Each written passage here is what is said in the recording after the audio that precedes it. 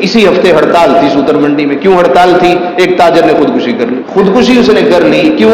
کسی نے پیسے دینے تھے نہ دیے، آگے بھگتان کرنا تھا وہ نہ کر سکا، لہٰذا وہ مایوسی در مایوسی، مایوسی در مایوسی، اندھیروں میں اندھیرا، اندھیروں میں اندھیرا، نتیجتاً جان لے. اب جان لے کے لوگ سمجھتے ہیں ہم بچ گئے.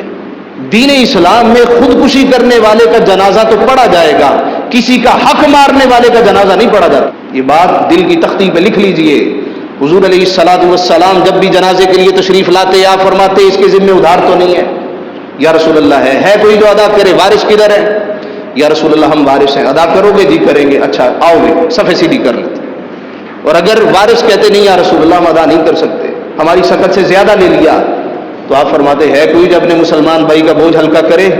اگر کوئی حامی برتا فبہا، ورنہ مصطفیٰ کریم علیہ السلام فرماتے میں نے جنازہ نہیں پڑھانا، تم خود پڑھا. یعنی خودکشی کرنے والا اس کا جنازہ